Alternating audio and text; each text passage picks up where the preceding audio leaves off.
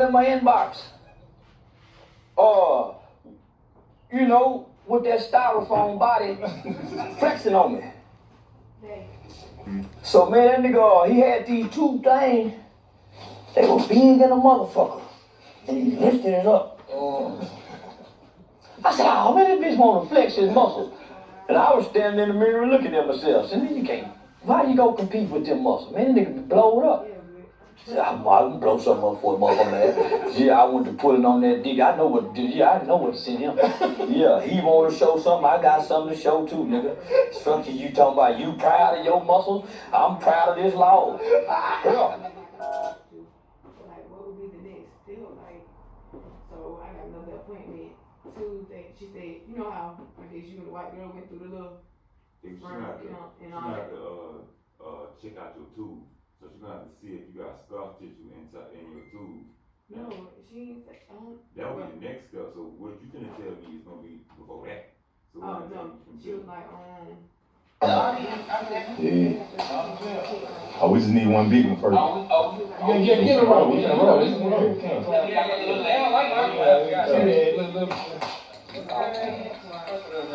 You got salt hands. So let me see that so I cut that out. Throw it. Just throw it. All right.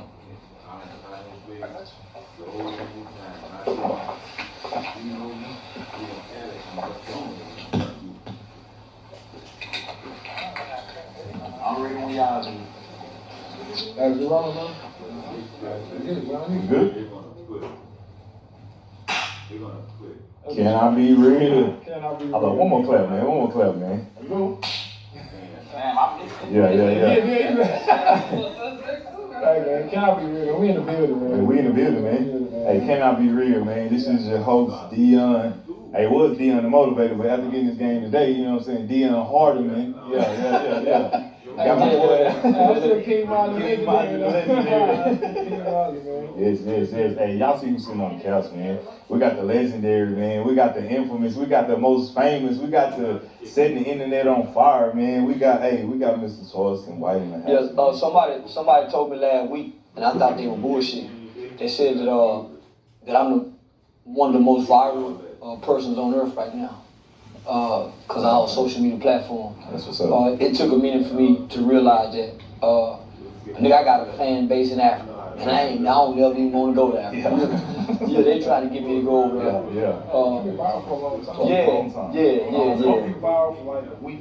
Yeah, most people can't remember the last big internet sensation.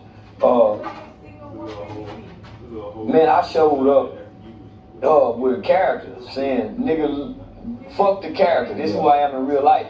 So I was tricking people, homie, by saying some outlandish shit. Was it risky? So is driving home out the club. Yeah, cause you know this right. Yeah. Was it dangerous? Yeah. So was gang banging when a nigga trying to gang bang. Was I hurting anybody?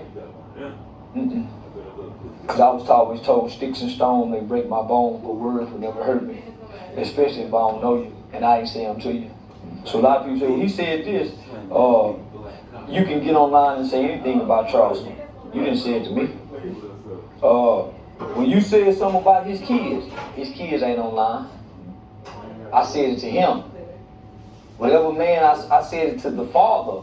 I didn't say it to the kids. He talked bad about kids. Now I talk bad to a nigga about his kids. He's a work. Yeah, it is. Because I'm holding a mirror up. People forget when I first came to the internet, I never would curse. I didn't have dreads. I had a bald fade, a very clean cut. I wore boots. I wore dress shoes. My shirt tail was tucked in every day. I had a bow tie on. I had a vest. So I was very Dr. King, Malcolm, articulate. I didn't smoke on camera. I didn't use the nigger word. I didn't say the N word on camera. So, because I evolved. I evolved. I wouldn't say I grew, but I evolved. And I became the culture. Nigga, I became the culture. I embodied the culture. I had spent the last 8-10 years in Stop 6, right outside the projects at the Classy Lady. So I had been working with the culture. I went and joined poor people. I didn't live in the hood, homie. I didn't just go down there and work with children. I brought my kids with me. I slept down there. I ate down there. Niggas thought I was homeless because I was sleeping in my car down there. I slept next to the barbecue pit, nigga, so I could make sure that motherfucking wood was hot in the morning for them kids got up. Let's go, yeah. So I became the culture. I became the people. I was in the blood neighborhood saying fuck the Bloods. Yeah, no, listen.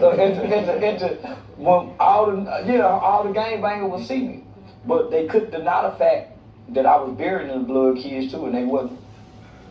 They couldn't deny the fact that they were seeing me go get kids out the juvenile system, who was innocent for crimes that they didn't commit but was locked up for it. They started seeing me having events in the community. When people were going to jail for driving on suspended license, we was getting that done away with. I started having STD clinics, nigga, at the hood spot.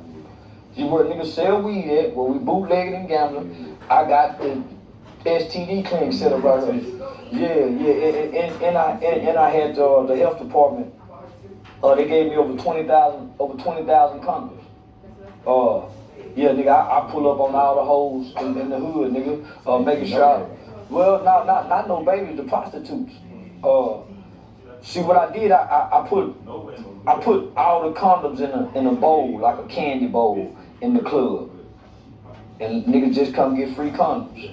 Then I went to the host road where the young girls, 18, 19, like Harry Hine, we ride through, see them young girls. They find them motherfucker. You know she 20, 22. She needs to be in a strip club, but for whatever reason, we already know, nigga, most of us ain't got condoms in our pocket because they hide the motherfucker. Boy, them $10 3 rubbers, boy, making me fuck this brother. I'm gonna fuck her raw. They were high last day, they always been high. You either steal them or you just raw out. Or you go to your, what a nigga say, you got raw? Most niggas, I ain't never had a nigga say, nigga, I got a bag of these motherfuckers right here. Niggas have a box of Swishers. Niggas will have 200 packs of backwoods. Niggas will have 40, 50 pair of Michael Jordan. I got no condom. No condom. And he fuck every day. Hey, but you know, some people say, man, if I gotta use a condom, I ain't even finna hit it. Oh, that nigga don't care about life. Yeah, that nigga don't give a damn about life. That nigga might shit and get up, morning wipe his ass, and put his pants right up. Yeah, hell no. These niggas saying that don't give a damn about life. I can see using that motherfucker, when y'all fuck at night, and then come back in the morning and raw dog. Yeah, start out safely, and then before check-out time, break all the rules. That's how I go, ain't it? Yeah. Ain't that how I go, nigga? Start out fucking with the condom. Boy, before y'all leave the hotel, especially y'all spend the night, if you wake up and get in the morning, you ain't putting no rubber back on. I already hit it. Well, or you put the rubber on and you eat it with no rubber. That's wild. You done sacrifice your dick for your mind. You remember? Yeah. Hey, if I got dog, Yeah. Man, plenty nigga put that condom on that dick and go eat up pussy and just raw lip. So they walk around here with their butts on their lip. Yeah, they walk around and get them, when they get cold or they go to work and shit, I be seeing them niggas. shit just bumping up. Nigga, I've been on the internet 7 years, they ain't never spotted one on mine. Nah, I don't. No, I don't. Yeah, no, I don't. You don't wait with everything. Everything. Yeah, but I heard you talk about, like, your journey of, how you started out, right? And I saw an interview, and I know you said you didn't say the word nigger. Nah. But you got that word nigger, like that's your word, like you got that trademark. Like, how did that come about? I inherited the word from the old niggas. I used to think nigger was a derogatory term till I met a nigga. So I tell people all the time, you don't know no nigga. You don't know nobody who was born with the word Nigger on their birth certificate. And when they died, it was Nigger on their birth certificate. There are still some niggas left today, like my grandmother. She's in her 80s, 84, 85. The old man who taught me about niggas, he's 78 right now. He called himself the last nigga. He was born in 1945. That's where you see 1945 on his ring. You see nigger nation. So we was taught about the African, the slave, the African slave, then the slaves. The slaves was called nigger, and nigger is a bad word. Then you got, from the nigger you had colored, from colored you had Negro, from Negro you had black, from black you had African American, and then today you got the niggers and the hip hops. Now when you say niggers, you got N-I-G-G-A. We niggers, real nigga, street nigga, thug nigga. So we niggers. We could never be a nigger. For one, we don't know how to grow food. We can read, they couldn't, so we could never be a nigger. So for a white person to call us a nigger, it's really a compliment, because those are the greatest people to have ever been born and lived on earth. They're the only human beings on earth who haven't done nothing wrong to nobody, and they got mistreated. They never started a war. Those are the only, and those niggers didn't come from Africa. The Africans who were brought here, the first generation was African slaves. The second generation was African slaves. The third generation was niggers made in America, because they stopped importing slaves into the country, because the world said, okay, we're not going to do this anymore. What did America say? Fuck the world. We're going to make niggers right here. We're going to make breeding farms. We're going to call them motherfuckers. So there was no longer, so when they started breeding slaves here, these aren't Africans. Thanks. These aren't Africans. These are not indigenous people that was already here. These motherfuckers was made by the white man. And who give them a name? The white man. What was his name? Nigger. It wasn't Bob. It wasn't Jim. You didn't get the slave master's name. See, that's the biggest lie told her. You got your slave master's name. Slave master didn't give you no name, nigga. You was nigger. Mark Twain gave us a name. And that's just for my educated niggas who really know about America. Up until Mark Twain wrote the book Huckleberry Finn, the nigger didn't have a name. Come here, nigga. Die, nigga. Fuck wrong. What you looking at, nigga? He didn't have a name. Now his mama done gave him a name. Chicken shit George. Cause George knew how to fuck with the chickens on the plantation, so they called him Chicken George. Come here, Chicken George. That's the slave plantation. But when he leave that motherfucking plantation, he a nigga. He can't go to the next plantation and say, my name George, boss. Nigga, you better shut your motherfucking ass up, nigga. So he couldn't say that, right? So those people never had a problem with being a nigga. They was born nigger. They want, black people of today want us to believe that the people before us had a problem with being called nigger. They had no problem with being called nigger. They just didn't want to be hung and mistreated. The slave who was born into slavery didn't know slavery was, don't know nothing before that, right? So let me stay on topic. So the Africans had a language on their plantations. That's why when you watch the movie Roots, they kept calling Kunta the Geechee man. Come on now, Geechee man. They don't talk to the Geechee man. So the Africans didn't really bond and form with the nigger slave. They had two different mindsets. The African was conquered and enslaved. The black man showed up and it was slavery. Born. His mother taught him this is the way, you do what he said. So he knew nothing other than to submit to slavery. So those people couldn't read, they couldn't write. So why do we believe that they took the white man's God? They couldn't even read the Bible. So why would we be rejecting them? Because they couldn't read the Bible. They couldn't read the Quran. They couldn't read. So they didn't have a religion. But boy, they sung songs and their spirit moved and they looked up at the sky and they talked. Boy, they had a spirit. When Harriet Tubman was escaping, she didn't have no motherfucking paper saying go that way. She didn't know which way. They said, listen, keep the river to the right of you. Keep the sounds of the river to the right and follow that. Homie, they didn't know. She used to pass out. And wake up. And they be saying, what, Harry? They heard the dogs barking. They gone. Guess what she said? They said, which way do we go? Go that way. And she was right every time. The Spirit leading her.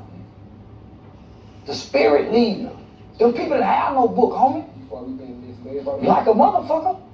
Woodrow Carter Wilson say it's the miseducation of the Negro. That we're being miseducated. He wrote a whole book about it.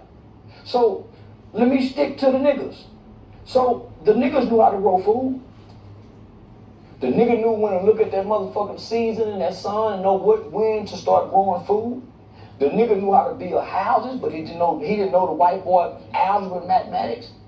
He knew how to fix the tractor. He knew how to fix the plumbing. If the radio broke, he can fix anything in the house, but he can't read English. You know why? He didn't give a damn about them white boy words. He didn't give a damn about reading that white boy word. He just wanted to be left alone. Not beat on, not hung on, not spit on. Left alone and provide for his family where he was. He didn't want to go move up next to Master at the house. He didn't want to sit on the porch and drink tea with Master. He didn't want to do none of that. He didn't believe in Dr. King's dream. That was the Negro with that dream. The Negro said, I want to be white, Daddy. I want to wear a suit. I don't want to wear them ugly coveralls like you, Daddy. Look at your shoes hanging, Daddy. Daddy, I want to put a tie on. So that was the Negro. When the niggers got out of slavery, they went over there and stayed over there. And they put their head down and they worked. They stayed with their family. They was uneducated, but they had land. They had chickens. They had cows. They could eat out their own backyard. They could process their own food. They didn't go to that white man for nothing. The white man used to come buy chicken and bacon from the nigger. White boy used to know how to do nothing. So now, here come Dr. King with his dream. Let's go join them. The nigger said, this little boy crazy. See, y'all gotta go study history. The elder black people who was called nigger did not like Dr. King. That was the foolish thing for you to, why would we go live with our enemy? And they go spit in our food like we used to spit in their food when we was in the kitchen. And why would we go do that? Boy, they thought he was crazy. And he was, because that was his dream. Because when he was a kid, his grandmother told him, or his mother, he had a white friend, she said, you can't play with him. So that was his dream. If you go listen to that I have a dream speech. It was a nightmare for the niggas to leave our restaurant, to go sit over at their counter and get hit upside our head just so we can sit there. We got our own restaurants, young blood. So when the white man realized, okay, we're gonna enslave them economically by taking down the Jim Crow signs and segregating, desegregating, integrating, right? When it all started in the beginning, the fight was equal rights and equal protection under the law. It wasn't about eating in no white man restaurant. It wasn't about riding a bus with no white boy. It was about, man, I want the same rights as you. If I start a business, you burn my business down, you go to jail too. You come rape our women, you go. So it was about equal rights and equal protection under the law, something we still fight for. But we got integration. We can go to school with white kids. We can kiss on a white girl and never be hung. But we still don't have equal rights and equal protection. That's why, that's why the Asians do it, we don't. The Asians have equal rights and equal protection, but we don't. So the nigger have always been the strongest out of all of us, even though he was enslaved. We think, I would have never been enslaved. Man, we weak in the motherfucker. We couldn't endure slavery. We say what we would have done, but we're still under slavery today. We're digital slaves. So we're doing just what the slaves did. Got in line with the times. We're digital slaves now because everybody else is making money off our slave labor, our digital labor, and we're not making $1 because we don't understand that we're the new slaves. we're volunteering to be slaves. People laugh when I said that years ago. I said, black people are going to volunteer to be slaves. Yeah, you fucking up my Go back to slavery. monetization. What you mean? Our kids are not skilled like the niggas. Food prices is high, right? You're fucking niggas up can't my cook. They monetization. processed food, microwaves. So Young we're niggas talking. can't barbecue. They can't start a fire. So when things get rough in America, because it's gonna get rough, I need a job. Niggas gonna start saying, I work for food. You're gonna volunteer. Like they do with the day labor job. Nigga go stand outside. That's what it's gonna be like. It's not gonna be nobody hitting you with a whip saying, come here, nigga. The conditions are gonna create something where when you go on a job, your supervisor gonna mistreat you your whole time. You can't tell nobody. He have a just like slavery. When he see his kind come in, guess what he gonna do? Hey, come here. He gonna take care of his kind and tell you and your kind to get. We're already seeing that. So let me ask you this: do you think we can get back to that point of being the original niggas? You know what I'm saying, or the Negro man? For one, when the last time you talked to a nigga? They probably like, oh no. But they still can talk, and they are a wealth of knowledge that we don't even talk to. See, I've been talking to the niggas the last 12 years. That's why you hear me say nigga this, nigga that, nigga this, because I understand that we are not African descendants of slavery. We ain't. We the seeds of the nigger slaves. We the seeds of the nigger slave. We are a nation of people who are trapped in bondage, right? We was made, homie. We wasn't brought here. We was made. We trapped in bondage. A nation of people trapped in bondage. We have no name. We want to be black, colored, Hebrew, Muslim, nigga. We niggas. Niggas. Seed of the niggers. Nigger slaves. So we don't have a name. We don't have a religion. Well, you can't be a nation of people to get reparation if you don't have an identity nor a religion. We don't even have a flag. So how can they reparate us in anything when we haven't even been identified yet? I see where you're going with this. Come on, homie. So niggerism. Yeah. We don't read nobody books. We just believe in the spirit of God. The spirit, homie. If I'm locked in a cell and I'm thinking about killing myself at 13, 14 years old, and these white folk won't give me no Bible, how do I access God? Close your eyes and pray. What if I ain't know how to pray? What did my mom didn't teach me how to pray? How do I access God? By the Spirit. Not that book. It's already in us. Well, for that book, I get played on with the book. For one, what if I can't read? What if I can't read to comprehend? What if my reading comprehension is also low? I can't never understand the Bible. And I got to rely on this man who could be a pervert, who could be, to give me a God, to give me his God from his point of view. So I got to be able to see. Some people a living testament of their God talk, and most people aren't a living testament of their God talk. That's why they talk it and can't walk it. So we could never get back to those people. For one, we don't even understand what they went through, brother. So what do you feel like religion is created for? Because me, I feel like religion is just simply a divide of all people, honestly. Europe don't have a religion. All religions was created from Africa. All religions was created in Africa. All religions were created in Africa. No other group of people, even the Catholics, everything was stolen from Africa. That's why the Catholics got the books, the Queen of England got books that we'll never read. Religion was stolen from Africa, used by the white man to control the masses. If they really believed in religion, then the white man could never be so cruel. They drop bombs on countries, homie, and they don't even blink eyes. When President Trump first entered into the White House as our commander-in-chief, one of the first things they did was drop the bomb over in Syria, and the name of the bomb was called a Moab. M-O-A-B, mother of all bombs. It's one of the largest bombs that have ever been dropped in human history. Until this day, our media won't show us no images or pictures of it. Yeah, y'all won't get me killed talking this deep. Let's go back to them niggas. Let's go back to them Let's go back to the nigga talk. Let me ask you this. So my brother, he's more of the. I'm the. I ain't no bullshit, but I'm the off the wall. We like yin and yang, man. Yeah. I'm a little more serious. He's the number of being. I'm the complete opposite. So for me, man, this finesse two time, man. So I watched it live, man, when you called CPS. Yeah. That was real? Real like a motherfucker. Yeah. Real. I really called CPS on. I didn't call CPS on. Yeah, I did. I called him on there. I called him. Like a motherfucker, I called him. What made you call him? That little motherfucker was threatening me. I saw a 10-year-old kid making terroristic threats.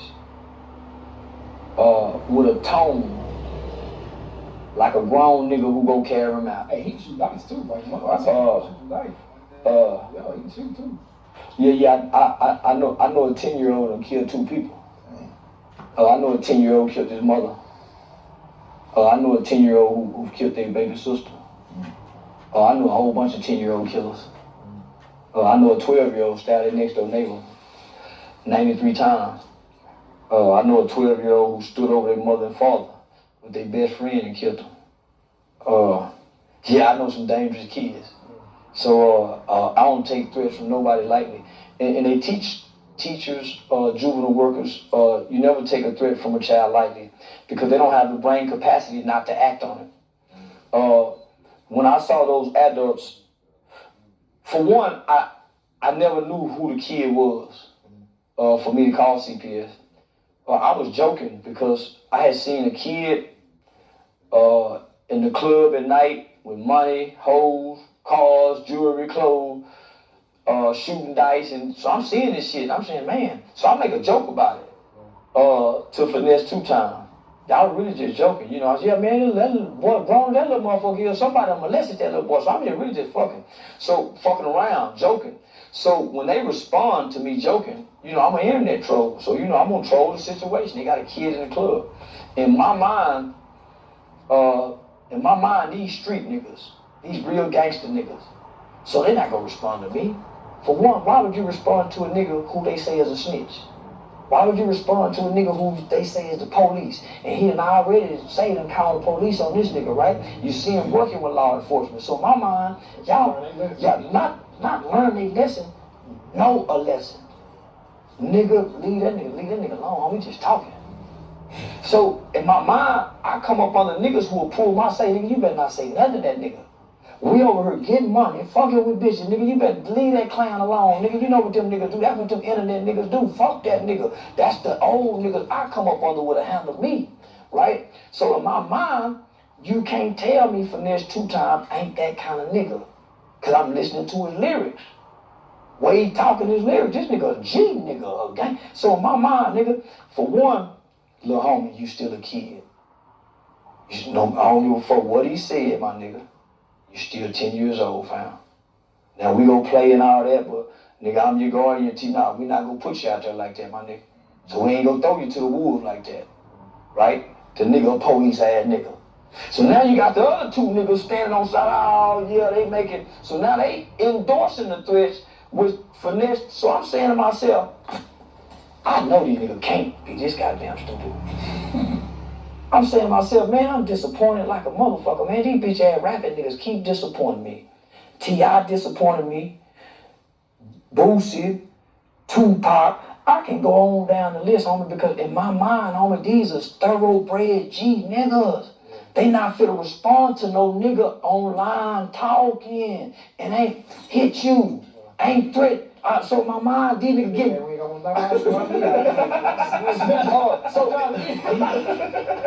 So I've been working out too, man. So in my mind, homie, these niggas, not that they're above me, but nigga from the position they in, nigga, I'm not speaking to that nigga, homie. So when that little nigga did that, at first it was funny, till I started listening. And then I started hearing the endorsements from the grown folks. I said, oh, they don't know who they fucking with. No. They don't know. No, nigga, I don't take no disrespect from no kid.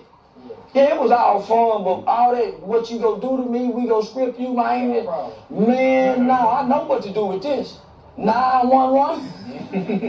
Yeah, I know. 911, hell. I got an issue. So in my mind, homie, this kid has to be in a detrimental situation. It has to be some negligence there.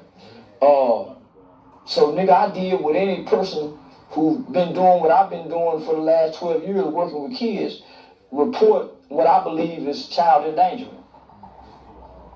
Yeah, so I reported child endangerment. So no, that wasn't no skit. That was real life shit. So who you feel like disappointed you the most out of everybody you done had some confrontation with? Tupac. I ain't had no confrontation with him. Tupac. He tricked himself, my nigga. He played gangster and got killed, and he wasn't no gangster. He was hanging with all them gangster niggas, homie, screaming M.O.B. And everybody knew, homie, that was the death of him. He should have never, the nigga he kicked was a real motherfucking gangster. That cost that nigga, homie. We can say the white man killed Pac all day long. Nah, homie. Pac killed Pac playing gangster. And everybody who personally know him will tell you that he wasn't supposed to never sign with them niggas. Go, nah, homie. Everything that go gangster, homie, is destroyed. So you feel like they worry about my boy John? He kind of. Well, everything that go gangster gets destroyed. America only glorifies the gangster in movies, only till real life set his motherfucking ass on fire. So the NBA said that we're not gonna announce what we're gonna do with Jay Morant to after the NBA Finals. That ought to be the hint to let y'all know they finna slam his ass, cause they don't want no distraction. That's the hint, nigga. Homie, you can't thumb your nose at rich, powerful white people when they give you a chance. You see what happened to OJ, didn't you? OJ went to prison for going to go take back some shit that was stolen from him. Because he thumbed his nose. When he came out and said, hey, I've got a book coming out to say if I did kill the bitch. Man, what? Nigga, what the man? They said, okay, nigga. Yeah, we got you. Same with Lil Boosie, homie. He's been antagonizing the police on side the roads, cussing them out. I spit on you. So now he's back in trouble again after beating 5 murder cases. Homie, you got to turn right and go straight if you go thumb your nose at him. The nigga who was the head of the so-called black militia, the black NF not fucking around coalition, they started thumbing their nose at them white folks. Going to the motherfucking Klan headquarters, rallying, like they really gonna do something. Yeah, and they got niggas with tennis shoes and women out there together and all of that, right? So they went and got the leader. You don't see them niggas marching no more, do you? Yeah, they shut it down. They went and got, they arrested the leader. They didn't shut it down. Kids snapped their head and everything, yeah. That's what happened. They don't make no noise no more. But the white boy know you playing when you call yourself Grandmaster J, Grandmaster Flash, and you the head of a militia. You got a DJ name, nigga. White boy ain't taking you serious. Motherfucking Chris Kyle and how mother American Sniper. Nigga ain't got no nickname. No, they don't. No, man, we want a nickname. That's how I know niggas ain't serious. Akbar Mohammed Leroy Jenkins. Man, nigga, that ain't your name. Nigga, when it's time to revolute and it's time to die for our people, we ain't got no name, nigga. Nigga, our actions is our name. So that's what killed me about these niggas. They want to change their name, nigga. Your name was given to you for a reason at birth, boy. And you go deny that legacy and bloodline of what was given to you and who you are, that's your family's legacy, and you gonna be Ray Ray from neighborhood crib? That is real. Come on, my nigga. The Bushes, the Reagans, the DuPonts, Hiltons, the Hineses, many people wear their name with pride.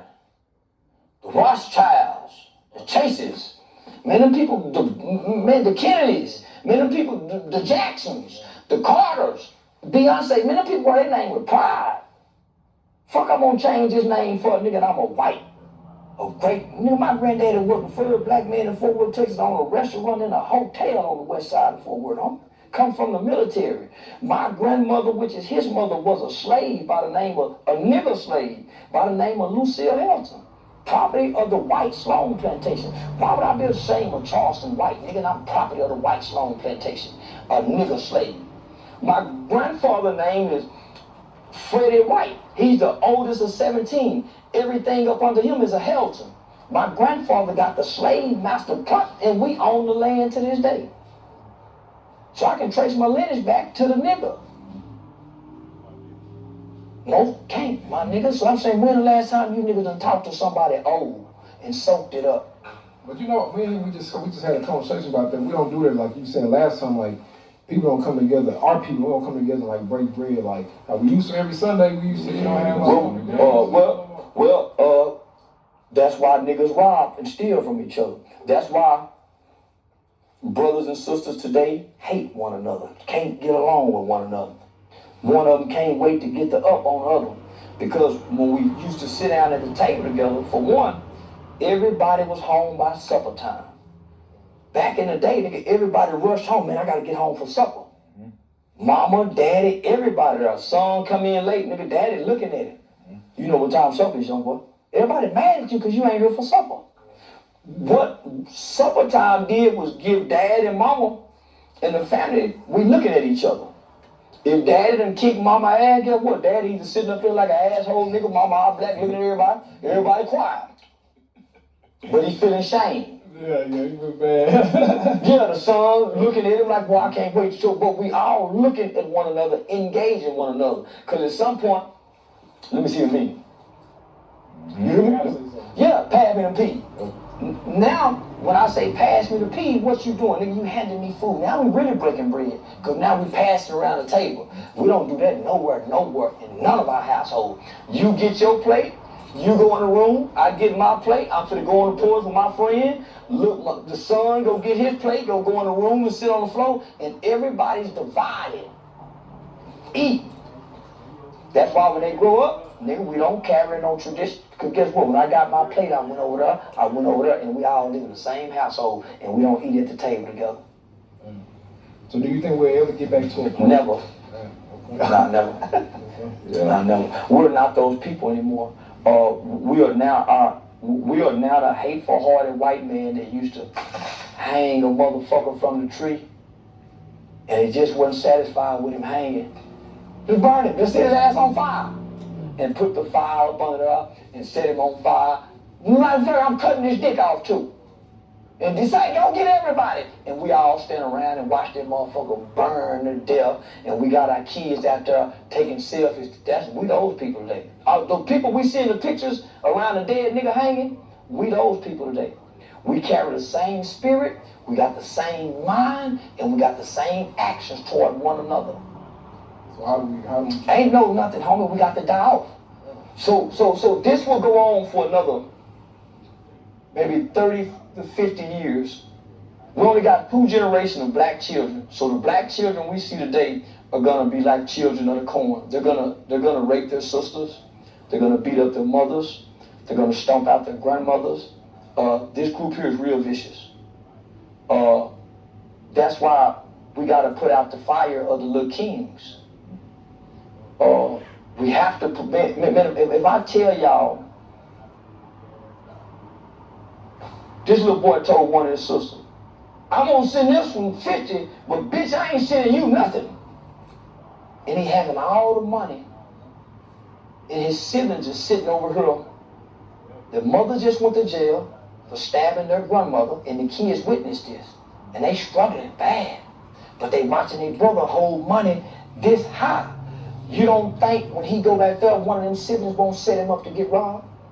Because of the, not that they're gonna get him, they probably would because of the resentment, envy, and jealous that's being bred from taking him out and away. And the other kid saying, Miss Charleston, don't you think you're right? Listen, look, my baby, he just a 10-year-old kid.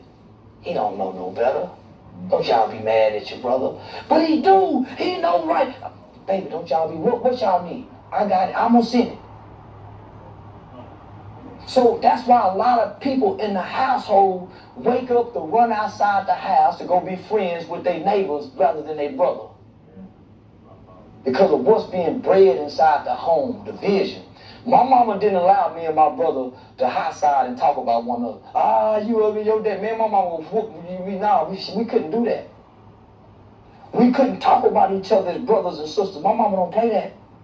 So that comes from the household. Ah, your daddy didn't come get you. Ah, that's why you don't know your dad. My mama come and slap you in your motherfucking mouth.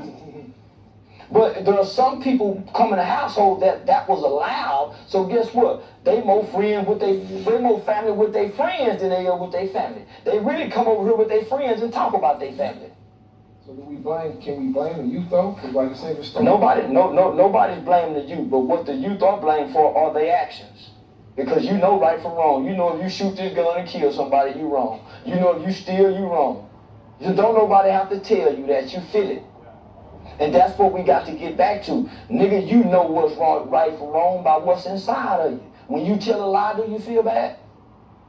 Nigga, if I tell a lie right now and everybody in this room believe me, and nigga, I know I'm lying, nigga, I would drive away feeling horrible.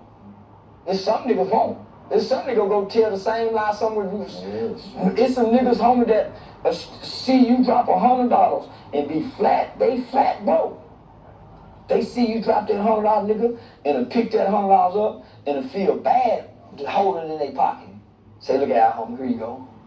That's me.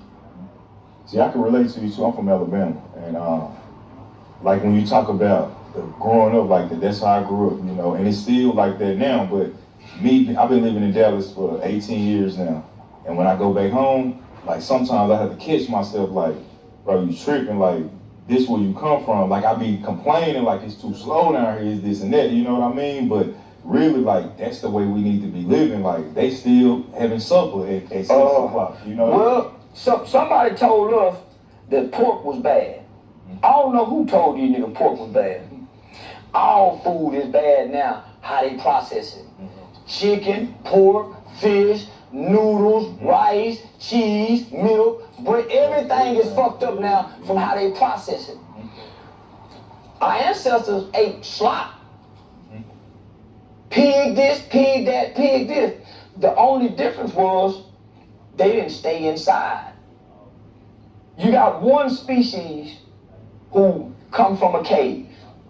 Inside of a cave is cool, it's dark, windows down, moist. That's how most people have their houses. The people who come from the caves develop diseases and carry diseases. Asthma, sinus problems, sinus infections, right? The sun people who come from the sun don't go in the caves. Because if you take a flower and put it in a dark cave, it's gonna die because it needs sun. We the flower and we sun people. So somebody done tricked us to run it from the sun, because now black people will not go out in the sun. Man, it's too hot out there. It's 108 degrees outside. Naturally, your body is at 100. How is 108 degrees really hot? That's your mindset. The white boy, you done been tricked, nigga. They done took you out your power. You don't even go outside no more. Who do you see outside now? The Mexicans? Working like the new niggas? Working like the new niggas? Getting all that sunlight, that's why they strong now? That's why, listen, so let me break it down. So they done tricked us out the sun. Oh, he been boxing too, you see that? They done tricked us out the sun. And boy, they done took us away from our pork. Between that pork and that sun, the nigga lived to be in his hundreds and his 90s. He didn't eat that beef like the white man.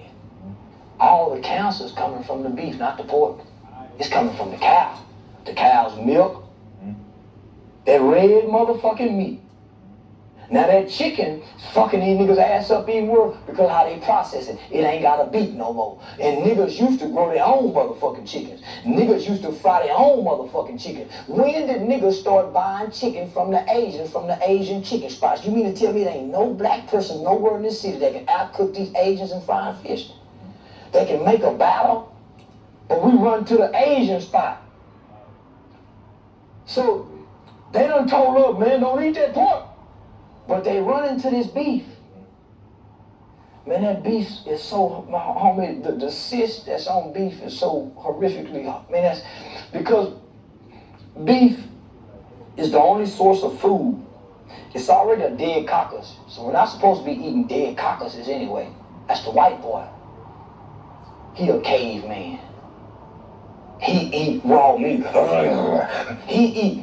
It sounds funny, but why do you think you eat a steak bloody raw? But that's his diet. That's not ours. We don't have the same genes. That's why they got to come over here and tap into ours. So if you're going, yeah. So he eat raw meat because he like to taste blood. That's why when you saw Deontay Wilder and Fury fighting, and that nigga licked that nigga's blood. You know why? Y'all laughing. It gave him strength like the sun. Listen, homie, like the sun give us strength. The sun weakens him. Why you think he show up everywhere? Nigga, he'll eat a woman's pussy bloody. Because it gives him strength. They even got some drinking it. Order it to drink because it gives them strength. Because of what they're made of. We're the only people on this earth, on this God-given earth, that has 100% human DNA. We are. We better not be drinking nobody's blood. We better not be drinking nobody's milk. When you get through breastfeeding your baby, that baby's supposed to not drink no more milk ever again. Almond milk is not milk. The white man made that because he like milk. He has to drink animal's milk. The black woman used to breastfeed the white baby. The white woman ain't never breastfed no nigger baby. And the white baby became strong and healthy off that nigger's milk. And they go, as soon as he get off that titty, guess what they gonna give him? Bloody meat. That's his diet, that ain't ours. See, they got y'all believing that the pig is bad because when the white boy get the pig, he treat the pig bad and make him eat all this. But the wild hog eats vegetation. The wild hog eat vegetation. They don't tell you that. That's right. You know, we miseducated, man. Yeah, we miseducated like a motherfucker. But hey, I'm gonna keep playing dumb. And that's my thing right there, man. Like, when I hear you, right? You know what I'm saying? Like, I hear this. Even in the lies with the antics and I know how to take the candy out of like the old nigga told me, man. Only those that have ears will hear. Right. Only those that have ears will hear. It ain't for everybody, my nigga. All of us ain't going. Some of us go get left behind. So a lot of us just got to die off in vain. It's gonna be a lot of kids just die. You know why? Because they disobedient. And they said disobedient children days shall be numbered. So it's a lot of kids days will be and are being numbered because they disobedient. They won't listen to their mama. They won't listen to the coach. They won't listen to me and you. They won't listen to nobody. So they have to die off. There's a lot of old niggas go die off in the state that they in. They don't get another chance to get it right. They go die convict. They go die broke, behind on child support. Their kids ain't go. They have to die like this, my nigga. So the next generation can rise. Yeah, it's gonna take that for sure, man. We're watching it. Yeah. We're watching it. Sure. From the George Floyd to the Trayvon Martins to the King. We watching it, homie. We watching us be eradicated, with no consequences to nothing that's eradicating us. It's almost like God has taken His hands off of us and allowing us to be wiped out, like He did those that were before us, who were supposed to be His people. I don't believe there's no biblical text, there's no Hebrew text, there's no spiritual text that's going to align us with God. It's going to have to come from the parents restoring their hearts back to their children. I think one of the saddest things in the world is for your children not to inherit your belief system in your God. Your children grow up and not believe in the God that you've been carrying. I think that's the worst thing you can do to your kids. Let them go find a God on their own in this big old world full of gods. There's many of them. So everybody got their So own they religion. kids on to it, man. But listen, stay away from religion. Look at the spirit of a man or a woman and just watch them. I did my mama like that because I couldn't wait to tell my mama, you wrong, you wrong. I ain't had a chance to tell her yet, homie. I've been watching and trying to prove her wrong with that Jesus Bible talking. I ain't never heard her curse nobody out. I don't see her get drunk. I never seen a man come out of a bedroom. I've never heard my mother say nothing bad about my father. She had it, man, I ain't saying she perfect. But that's the closest thing to Jesus I done seen. So why wouldn't I believe in whatever God she been talking about? Why wouldn't I take her God? Her God got grandmama off heroin. Her God got Aunt B off crack. My brother just come home from 114-year sentence on a murder case. I did 12 years, 7 years on a 12-year sentence on a murder. My Uncle Wayne been in prison. My granddaddy been in prison. My Aunt B in jail. Keisha in jail. My mom got to go see all these people, nigga. This weekend, and I never heard her complain, and we all out. With her God. Her God done beat all out. We done went Muslim, we done went atheist, we done went pimp God, we done went gang God, crip, we done tried all the God. Mama's still holding on to her God with love, compassion, dignity. I ain't seen her break weak. I ain't seen a moment where she wanted to give up, seem like. I'm trying to say, man, did my mama get horny? I ain't who fucking mama. This damn mama got married. Yeah. So I know I watched God work through this woman. So if ain't nobody God's real, I know that woman God real, that's the one I'm gonna grab hold on to. Yeah, I don't know about your mama God. I don't know about the Hebrew God. I don't watch this woman God, and I done tried to debunk the God. I went Muslim trying to debunk. I've been rebelling against my mother's God, trying to say, man, she don't know what she talking about. That's just that, and I can't prove her wrong, my nigga. That's what's up, man. That's what's up, man. Not to, transition a little bit, because we, but to go from where you were in that mindset of, you was helping the kids and fast forwarding to, like, now you kicking knowledge, right? And, yeah.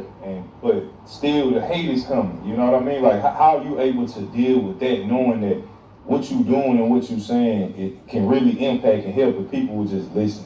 Yeah, when you throw the dirty diaper at me, I pick it up and throw it back. That's how I talk. I throw it back at you, niggas. Yeah, that's how I deal with it. Yeah. And then if it get too hectic, I get serious and say, well, shit, nigga, I work with kids in real life. Nigga, fuck you, bitch ass nigga.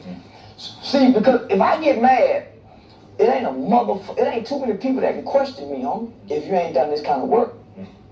If I roll out my resume, if a nigga just Google my name, homie, man, half these niggas can't even talk to me, my nigga. And I did all of this over 10 years, and I never asked for $1 from nobody. Nobody. I ain't applied for no grant. I ain't took no white folk money. I did it grabbing my dick, talking shit. My nigga. Bold with a boldness, because they say the spirit has to be bold to go forth. The spirit that goes forth has to be bold. Nigga, I broke white people, gang bang, whoever I think wrong toward I'm with it.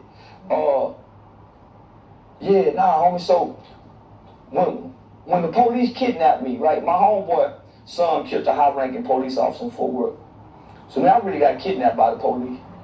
Nigga, they took me from the jail to the crazy house, to a mental asylum, and nobody knew where I was. See, this that gangster shit niggas just be talking. See, Dr. King used to come up missing on the back roads, and nobody know where he is. And they gotta try to call the president to find out where he was, and they got his ass in jail somewhere. Them 3 reporters that came down from New York to Mississippi, they went missing on the back road one day. They found their ass buried in the car, all 3 of them dead. And the sheriff had something to do with it. The movie called Mississippi Burning. Check it out. See, that's what they used to have to go through back then, right? So when they get me in modern day time,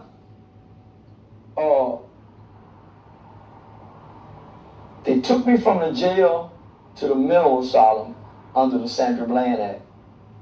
Most people don't even know what the Sandra Bland Act is.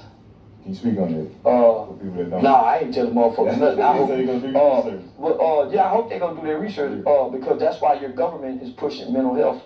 Because the Sandra Bland Act, it strips you of your due process. So Sandra Bland had a smart mouth. They said she was dealing with some mental illness. She killed herself, right? They just really want to strip her. So if you got a smart mouth now, you'll end up in a mental hospital, and you'll never see a judge, and nobody never know where you're at, because you're not going under constitutional laws. You're going under HIPAA laws, where can't nobody release your medical information to nobody because you're an adult. That's why they pushing this mental health shit, and they giving the police officers discretion to decide. So if he want to be a real asshole, boy, you one of them bad ass niggas, you bucking, oh boy, we'll hide you forever. Because under the mental health situation, you can be civilly committed. That's why they pushing all these shootings, because they started doing this with sex offenders. A sex offender who was sentenced to 20 years, and he's getting out, and he done this 20 years, and they said, man, we think he gonna do it again. But he ain't done nothing in prison. Well, I think he gonna do it again. So we're gonna civilly commit him. Google these words, civilly commit and Sandra Bland Act. Homie, you could be stripped and ain't nothing nobody could do. Play bad if you want to, and they think you crazy. So it's called Senate Bill 1462. So black people was clapping. Sandra Bland, mama came down here and everything, homie. That's probably one of the worst things that they got over our head. The young niggas standing at the store, standing around in the park for that K2, drunk. Guess what? However they want to play now, nigga. Gotcha. See, we screaming and squabbling about some bullshit. Okay, y'all don't want us to shoot you. We got some more shit for you now, nigga. But niggas ain't hip, because niggas ain't keeping up with the law. So they get me with this motherfucker, because I'm playing bad. And nigga, at this time, I'm a bad motherfucker. Nigga, I'm standing toe-to-toe with the police. I done went hell security for my nigga mama, for my nigga and his wife, while the police had their funeral. So, nigga, when they got me, in my mind, I'm saying, man, y'all can't do this motherfucking shit. I'm laughing like a motherfucker. Yeah, y'all, for me, we finna make the news. Cause nigga, I'm a political figure. Yeah. So, when I go over there, I'm saying, man, I ain't seen no lawyer. Nigga, I ain't seen no judge. But they done kept me. Can't no lawyer come get you?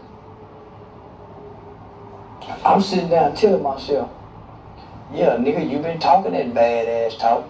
You been talking that Dr. King talk. You been talking that Jesus talk. Don't cry now, nigga. That's what they had to go through. See, if you ain't got no leaders going through nothing, nigga, they ain't being targeted, them ain't your leaders, my nigga. Cause they gonna put some pressure on the one they think they can really lead y'all. That's real. That's real. Say, man, all them rapping, say, man, them Jay-Z's and them Mike, say, no, them ain't tomorrow. That's real. Cause they get to move free. Say, man, listen. They ain't cahoots. No.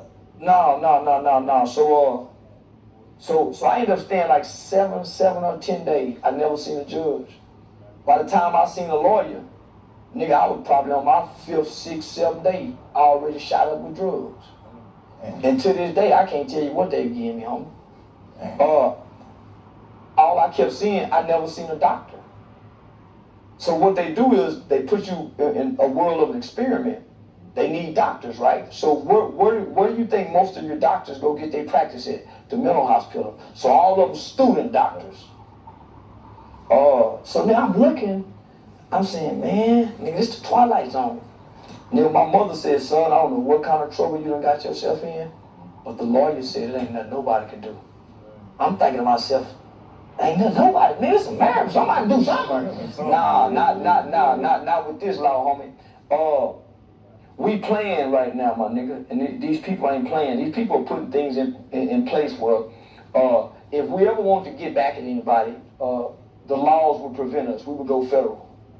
We could never stand up and because they know our children will one day. We won't ever hit back. We won't never spit back. And I'm including myself. Us alive today as black people, We're more cowardice than the slaves were. We're more cowardice than the niggas who were riding on the ship, looking at each other, saying, say, let's try to take it now. And nobody did. Did they go back down under and let them lock them back down? We're more cowards than those people. And we have to be, if we want to stay alive and we want to be happy in America, we have to submit to our coward nature. What we feel as black people during police shooting, that's God talking to us. But won't none of us act. Won't none of us respond. All that anger, all that shit that we felt, we feel it, we see it. Guess what we do? Well, we go back to watching basketball. We are submitting to our coward nature against our nature. Because the first rule of nature, yeah, and we're not self-preserving ourselves. Man, we're out of nature. we definitely are. Yeah, we got the white man nature. That's why we like his restaurants. That's why we like his basketball. We like his sports. We can't break away from him. If he moved to a neighborhood, we go right where he go. We believe that when we wake up in the morning, every day that the white man is going to be able to cut the lights on. And one day he won't. Yeah, because Russia got some shit that can stop him. Or China got some shit that can stop him. True. North Korea created some shit that can stop him. So we still got faith in him. We still think he's the biggest and the baddest, and he's not anymore. So let me ask you this. I know a lot of people got the moving out of America movement, moving to Africa and Mexico and all that. Like, what's your thoughts on that? Like, the niggas didn't go. Well, I'm a nigga. Why would the nigga leave nigga land? This nigga land. Yeah. Our ancestors never went nowhere and didn't want to go nowhere. They just wanted a little piece of land over there and be left alone. I don't want to go there. I don't want to leave America. Nigga, I want to go down there to Tijuana, Mexico, maybe fuck something in Tijuana hole. But nigga, I don't want to go there. I don't want to go too far deep off of Mexico. I still like fried pork chops. I like collard green. If I leave America, where I'm gonna find it at? I'm not in the fufu and African mumbo jumbo food. You said fufu be sit up there with your head. Homie, listen, homie, I don't want to leave America. There's nothing outside America that intrigues me. I'm still intrigued by the niggas. Boy, when I learned about them niggas in South Carolina, the slave niggas that come up out of Alabama, I'm still intrigued by them people, homie. Fuck, I care about anything else for. Yeah, we got. What time is it? Oh, okay.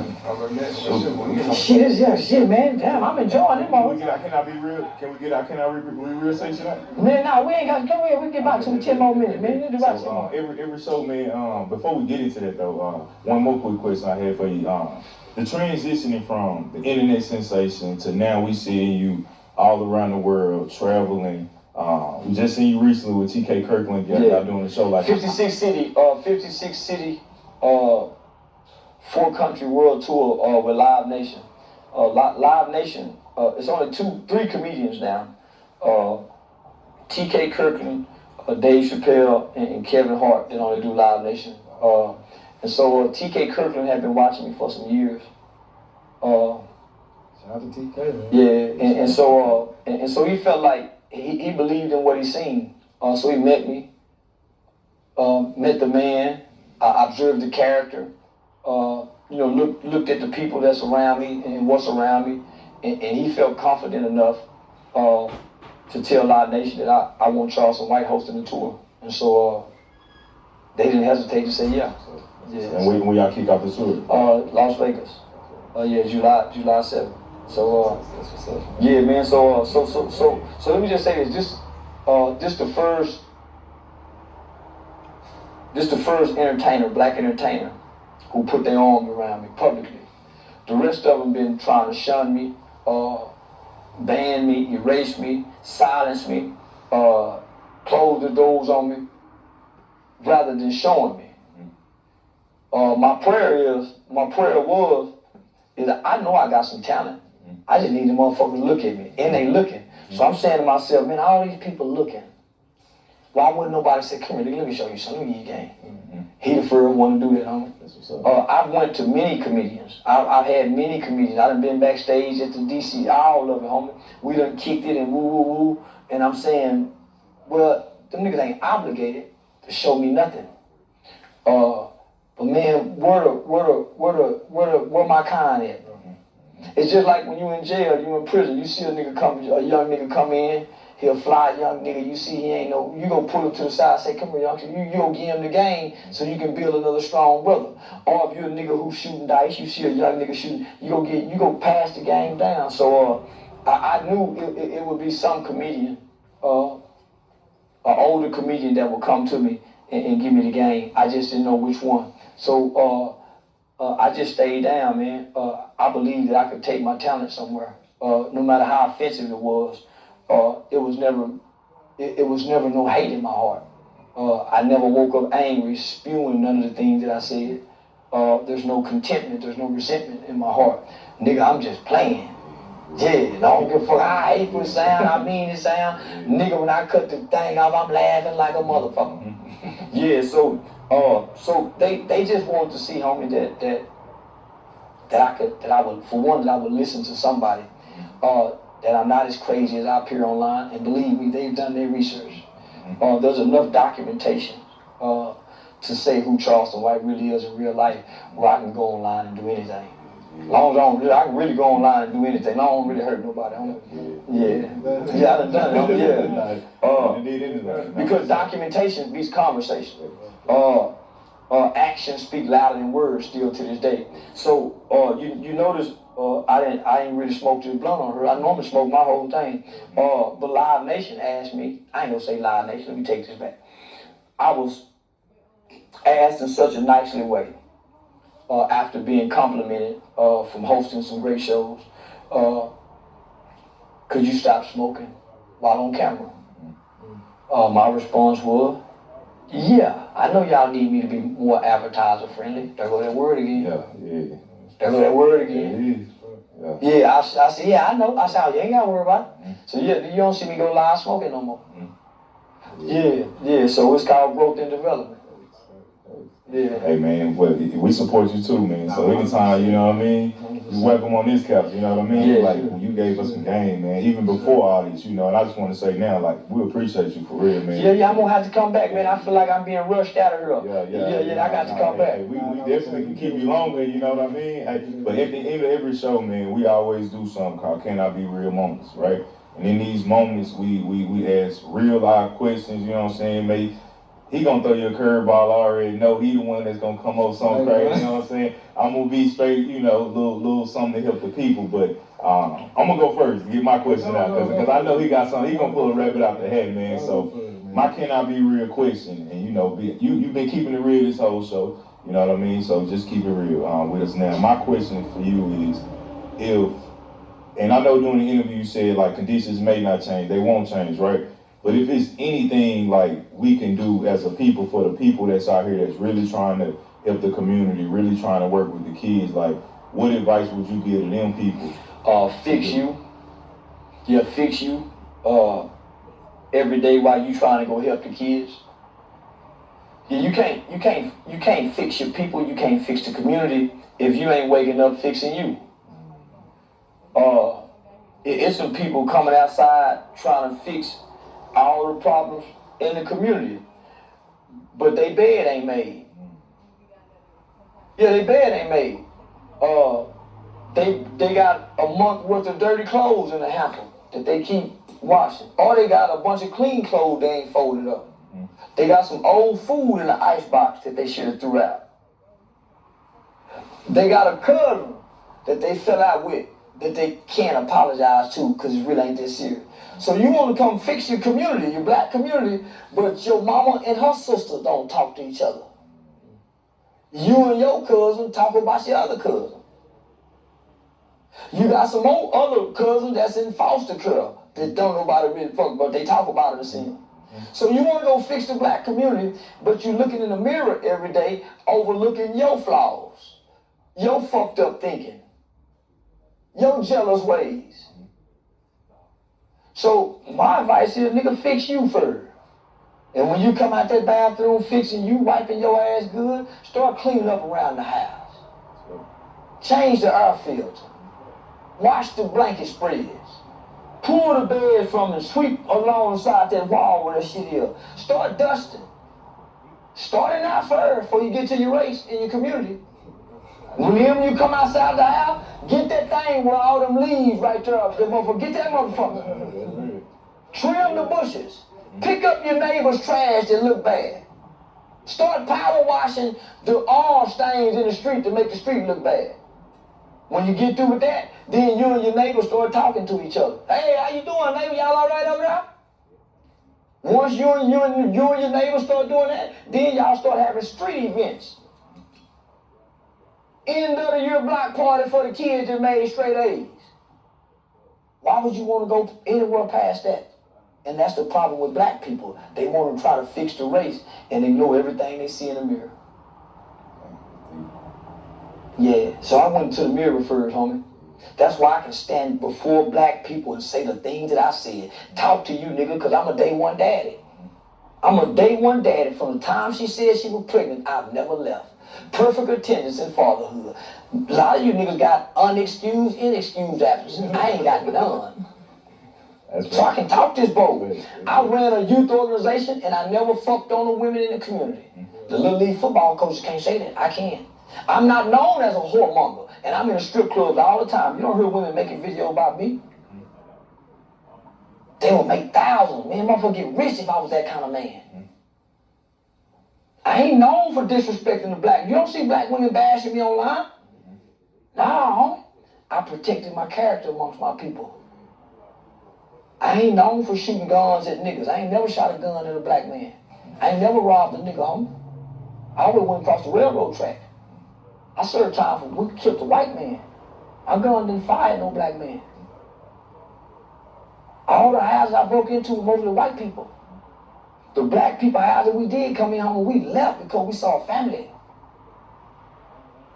So the forces and the energy, I have a shield around me, homie, because I've never done wrong to black people.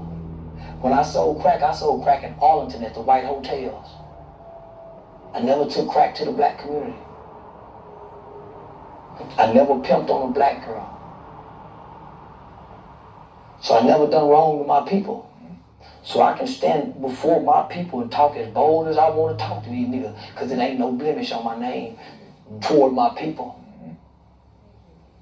My people are mad at me because I done talked to you. Nah. You ain't doing, you just saying the same thing. Uncle Joe be saying it. I'm from Alabama, so I be hearing some crazy, like, you ain't doing nothing but saying the same thing that, you know, when we sitting around the barrel and your uncles out there and your older cousins, you saying this, like, but it's just now, it's just all up front, you know what I mean? Like, Uncle said something like this to me last week, and it wasn't recorded, you know what I mean? But now that we can capture everything, it's like I could have been hateful. Or I had hateful black men around me that wanted me to hate white people. I was born in 1977, so I come up around them niggas couldn't stand a white man. But I come from love. I come from a loving mother, who her God says has no respect of color. So I never learned to be hateful. I tried it. Yeah, I tried it. Yeah, I tried to be hateful gangbanging, but shit, nigga, I couldn't. I couldn't keep doing that shit. That's why when a nigga got some sense, he quit. Soon nigga turned 18, soon nigga got some sense because it didn't make sense. It makes sense. Because you have to have hate to carry this. To be good at this, you got to have some hate in there, and I never had no hate. Yeah. Man, my question was, it ain't gonna be like that. Yeah. So, man, I'm on my phone on Instagram, and I'm watching one of your lives. While we talking? No, this is like some probably a few weeks ago. Man, and you said something that kind of took me back, man. So I had to. Man, did you really send a video to Bang Bang Keeper? Yeah. No, you sent your dick to Bang Bang Keeper. I ain't sent him. I sent it all that. That motherfucker all that. And I will prime him up. Before I end the video,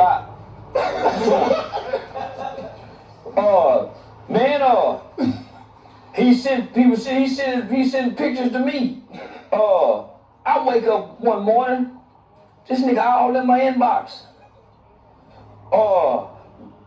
You know, with that styrofoam body flexing on me. So man, that nigga, he had these two things. They were big than a motherfucker. And he lifted it up. I said, oh man, this bitch wanna flex his muscle.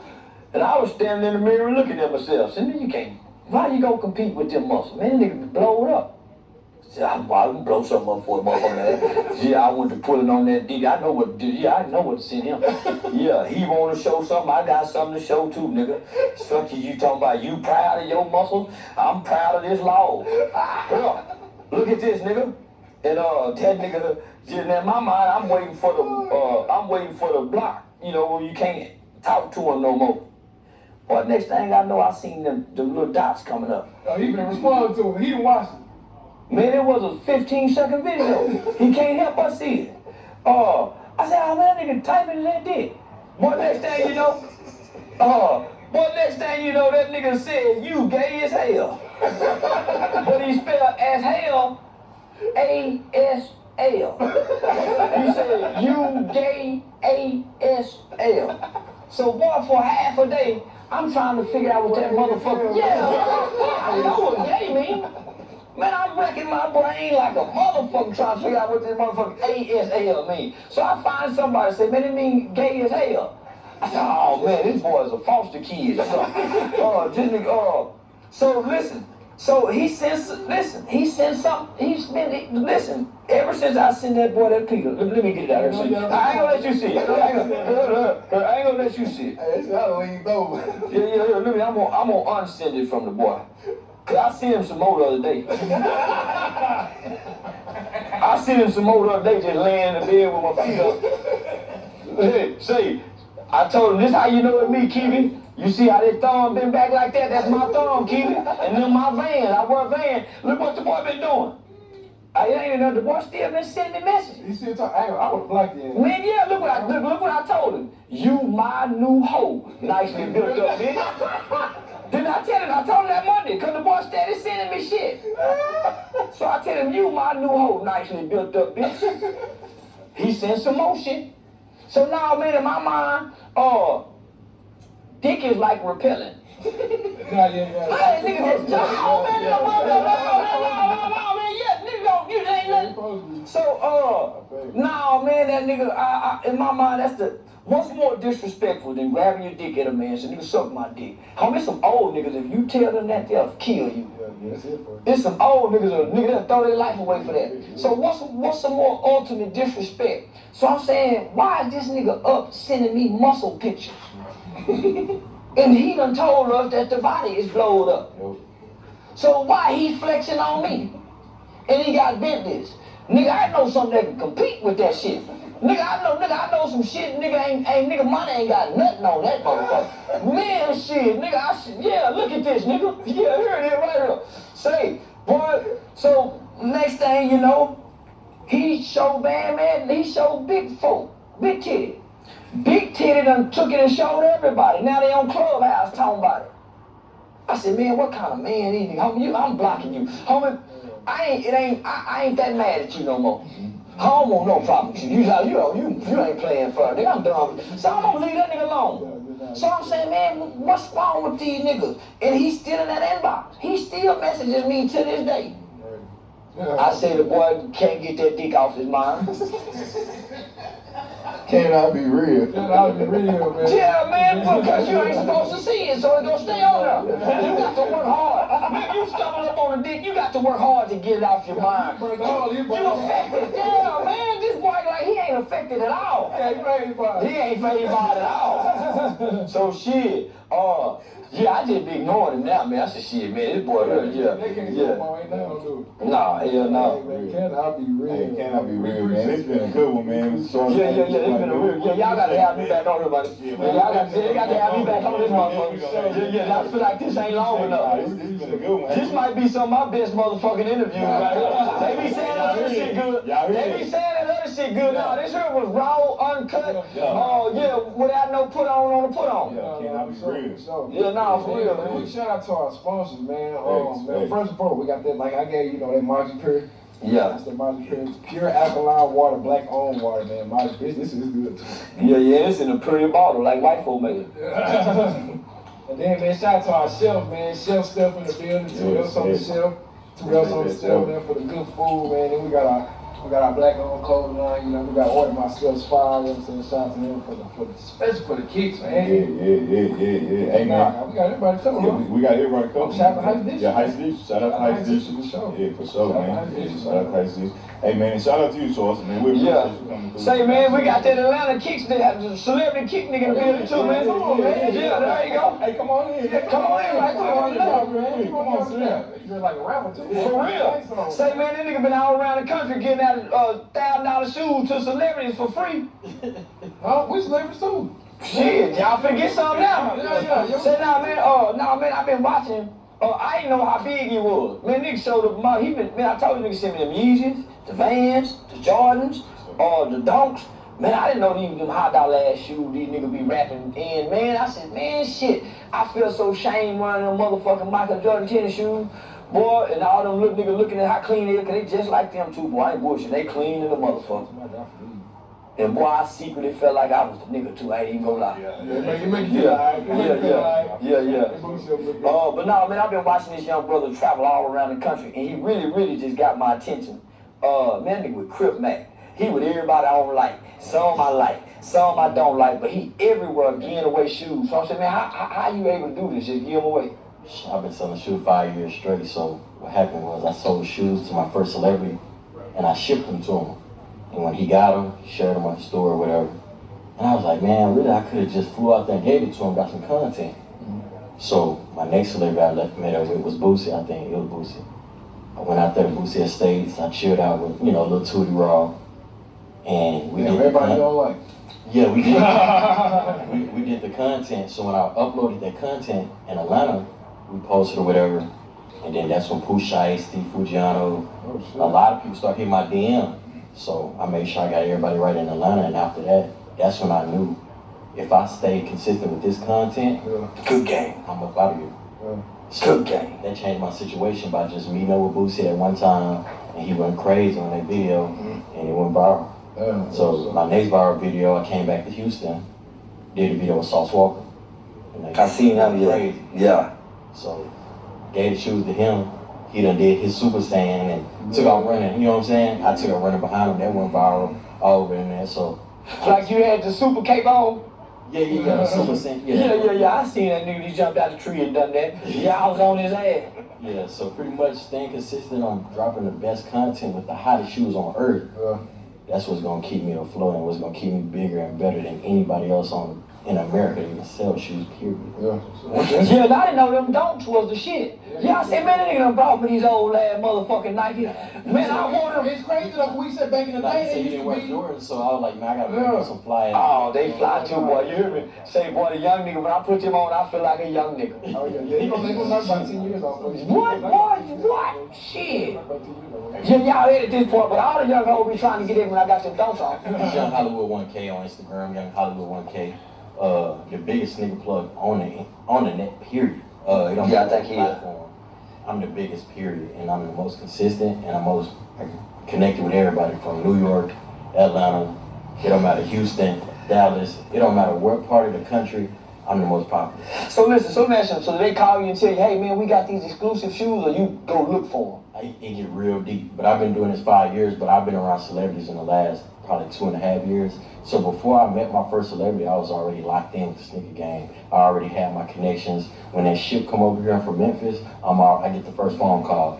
So shoes come up missing, I buy them, and we're gonna market them around the celebrities. You know what I'm saying? Already. Shit, man. Yeah.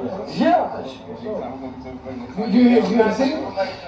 Oh, yeah. I seen him over there working. Yeah, shit. That's why he work at. That's why he work at. Shit. Yeah. That's a plug for sure, man. But it's been a solid one, OG. We appreciate you. We do got some shirts for you up there. Some shirts, some hats. And we got another sponsor too. We got B-Fly. This is my brother brand. We talk about family and legacy. Yeah. So this is my brother's brand. This is Blues Closet. This is Drake. And then this is another one's brand. Yeah, Blues Closet. Yeah, Blues Closet. Support the local ladies. Yeah. So yeah, man, we rocking with all the black-owned businesses. So man, we just trying to build it together, man. Just as y'all can see, 4 black brothers up here, man. On the Can I Be Real show, we put out some good gems, good content. Y'all stay tuned for more, man. Be on the lookout. Follow everybody on set, man. We're gonna have the links in the bio. Y'all stay tuned. Can I be real? Can I be real? Yeah.